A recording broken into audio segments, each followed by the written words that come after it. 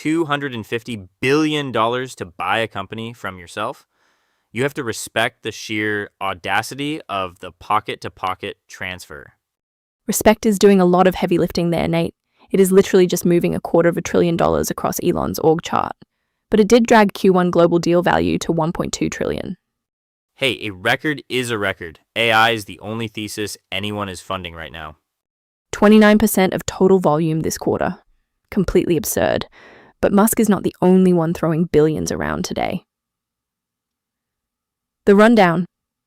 $14.2 billion to buy back a minority stake in your own factory. That is a brutal invoice for Intel to swallow. It is the corporate equivalent of pawning your Rolex and having to buy it back at a massive markup. But look, they needed the cash back when they sold that 49% of the Ireland fab. Now they want the control back. I read the original joint venture agreement. The terms were practically designed to force this buyback. They are just ripping the Band-Aid off now. Speaking of expensive rides, Uber is buying Blacklane. Oh, I saw this. The chauffeur service. Exactly. Uber wants that true premium market. Not just a clean SUV that smells like vanilla, but actual white glove chauffeur service. It is a brilliant margin play. I disagree completely. This is a total distraction. Uber Black already prints money. Buying a legacy chauffeur company with actual human resource headaches, that goes against their entire asset-light model. You are missing the corporate angle. Blacklane holds the massive enterprise contracts. Uber wants the Goldman Sachs travel budget, not just a managing director going to the airport. I will believe the synergy when I see the margin expansion in their Q1 filings. Right now, European dealmakers are the ones actually proving their worth. Oh, the Q1 performance numbers? Yes, European M&A buyers are outperforming non-buyers by 6 full percentage points in share price right now, which brings me to the absolute wildest rumor on my desk this morning. Lay it on me.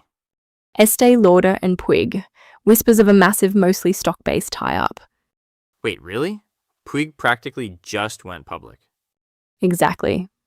Wow, if that happens, you are looking at a total reset of the luxury cosmetics board. L'Oreal would have to respond. It would trigger a massive wave of consolidation. I am watching the stock ratios closely. I am also keeping an eye on Gilead extending their tender offer for Arcellx today. Shareholders are clearly holding out for a sweetener. Classic game of chicken. Just like Zigen finally getting shareholder approval for the Allied gold takeover. The gold rush never stops. It really does not. But honestly, all of these deals feel like loose change compared to the elephant in the room. The $250 billion elephant. AI deals made up 29% of total deal volume this quarter, and one man is responsible for a massive chunk of that. Elon buying his own AI company. SpaceX swallowing xAI. Let us tear into this $250 billion monster. The big one. $250 billion. I just need to say the number out loud because my old banker brain is short-circuiting.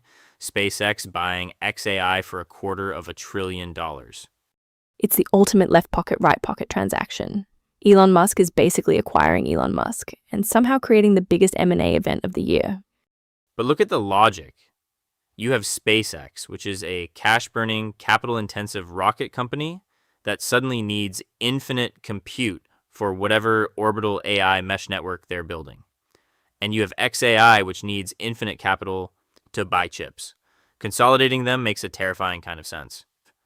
Does it? Walk me through the governance on this, Nate, please. Because I read the SEC filings, and the independent committee that approved this looks like a rubber stamp factory. You're taking a highly speculative AI startup, valuing it at $250 billion, and paying for it with SpaceX equity. That dilutes every SpaceX shareholder to bail out xAI's infrastructure costs. Bailout is a strong word. xAI has some of the best models on the market right now. Best models do not equal $250 billion in enterprise value. 6 months ago, they were valued at, $40 billion? You're telling me they 6x their value in half a year? Yes, because the entire market did. Look at the macro numbers for Q1. Global M&A just hit $1.2 trillion, a record. And 29% of that total volume is just AI-related mega deals. The premium on anything with a neural network is astronomical right now. Astronomical. Good pun for a SpaceX deal. I try. But seriously, if you're a SpaceX investor, you want this. You want the brain power of xAI locked up inside the hardware of SpaceX. It's vertical integration on steroids. I'm just trying to imagine the pitch meeting. Elon sitting across the table from Elon, negotiating the premium. Who even writes the fairness opinion on a $250 billion related party mega deal? Some associate at Goldman is definitely crying in a bathroom right now trying to build that model. Exactly. The advisory fees alone are probably enough to fund a Mars mission, but I can't get past the valuation. Even with the AI hype cycle accounting for 29% of Q1 deal volume, $250 billion is just funny money. It feels like a defensive move. Defensive against what? Capital starvation. xAI can't raise enough private capital to keep up with Microsoft and Google, so Elon uses his most valuable chess piece, SpaceX, as a piggy bank to fund the compute. It's a bailout disguised as a synergistic merger. I completely disagree. I think it's an offensive move to build a unified tech conglomerate. He's creating an American Samsung. But fine. You hate the valuation? Let's look at a deal where the valuation is painfully real. $14.2 billion in cold hard cash. Oh, you mean Intel desperately buying back its own factories? Exactly. They're buying back that 49% stake in the Ireland Fab joint venture. And I have some thoughts on their strategy. Voices. Read a note this morning from the analysts over at Morgan Stanley saying AI deals are completely taking over the landscape. 29% of total deal volume this quarter.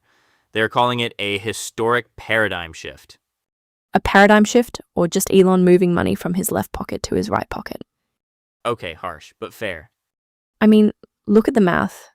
Global M&A hit $1.2 trillion in Q1. That is a massive record, yes. But the SpaceX acquisition of xAI was $250 billion of that. One single deal is skewing the entire global average. It is not a broad market shift, Nate. It is a massive outlier. I disagree. The SpaceX deal is the anchor tenant, sure, but look at the sheer volume of middle market AI bolt-ons. It is a land grab. Every legacy tech firm is terrified of being left behind. I will buy the land grab narrative when I see non-tech companies actually closing these deals. Right now, the real market winners aren't even in Silicon Valley. Did you see the regional breakdown? The European data, yeah, that actually surprised me. European dealmakers are crushing it.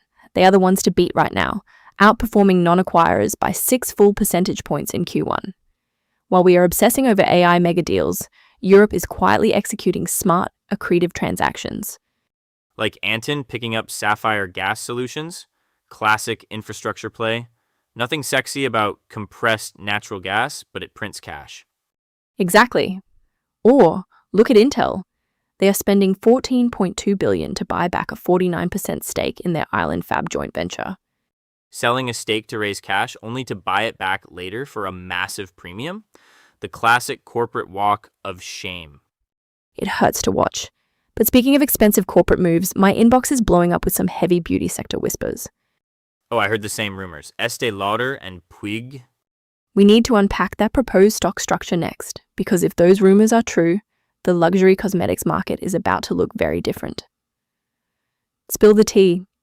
I can't stop thinking about these Estee Lauder and Puig whispers. A massive, largely stock-based tie-up.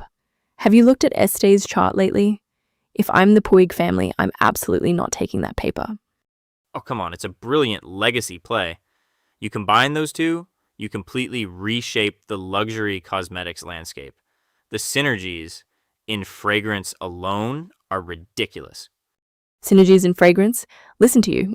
You sound like a first-year analyst trying to justify a terrible multiple. Guilty as charged. But seriously, the European dealmakers are the ones to beat right now. First quarter data just showed European acquirers outperforming non-M&A companies by 6 percentage points in share price performance. Puig has the leverage here. Exactly my point.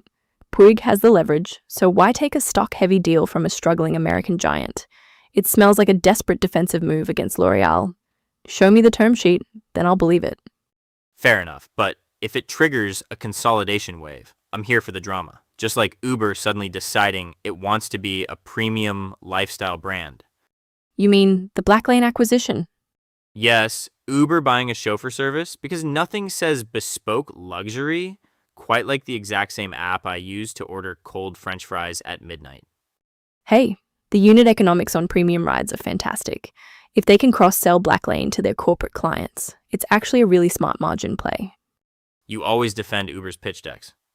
I defend the math. And the math on their premium tier actually works. Well, if we're talking about math that works, or maybe math that absolutely defies gravity, we need to talk about Elon's latest masterpiece. $250 billion. I still can't believe I'm saying that number out loud. Tomorrow's radar. I'm telling you, watch the beauty sector tomorrow. My phone has been blowing up all morning about Estee Lauder and Puig. Advanced discussions for a stock-based tie-up. I saw the whispers. It is a brilliant move. It completely rewires the luxury cosmetics map overnight. Oh, come on. A massive stock deal in luxury retail right now? Puig is Spanish. European dealmakers are beating the market by 6 percentage points this quarter. Why would they take Estee Lauder paper when European M&A is absolutely crushing it?